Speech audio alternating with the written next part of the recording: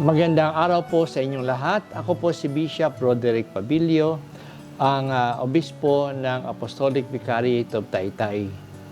Ngayon pong ipinagdiriwang natin ngayong taon ang 20th anniversary ng Pondo ng Pinoy.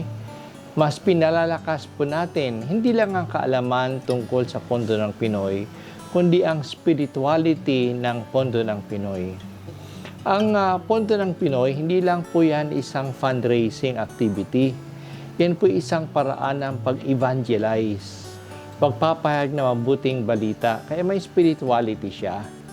Ang magandang balita po ay yung sinasabi nating theology of the crumbs, na kahit na mga maliliit na bagay ay mahalaga.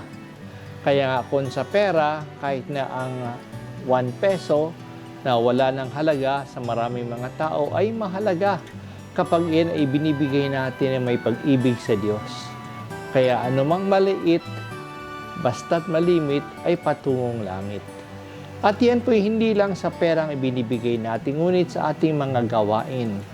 Marami rin mga maliliit na gawain sa bahay, sa opisina, sa school, na hindi na pinapansin, tulad ng pagtulong sa kapwa, pagngiti sa ating kapwa, pakikipagdamay sa iba, pag-share ng ating baon, o kaya pagkamusta sa mga nahihirapan o kaya nalulungkot, mga maliliit na bagay, maliit na salita, maliit na gestures, kapag yan po'y ginagawa natin dahil sa ating pagmamalasakit, dahil sa ating pong pagmamahal, yan po'y mahalaga para sa Diyos. Kaya kung makuha po natin ang Pondo ng Pinoy, hindi lang tayo magbibigay ng piso araw-araw sa Pondo ng Pinoy. Ngunit araw-araw magsisikap po tayo, maging sensitive tayo sa maliliit na mga salita, mga maliliit na gestures, mga maliliit na pagmamalasakit para po sa ating kapwa, sa pamilya man, sa kaibigan, o kaya sa ating trabaho. Kaya mga kapatid, pahalagahan po natin ang Pondo ng Pinoy. Isabuhay po natin ito.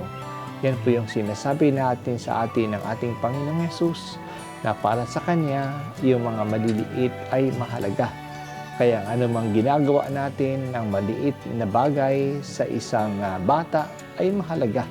Kahit na nagbigay tayo ng isang basong malamig na tubig sa isang alagad ng Diyos, yan po ay mahalaga. Ito po ang isang bahagi ng pagsasabuhay ng spirituality ng Pondo ng Pinoy.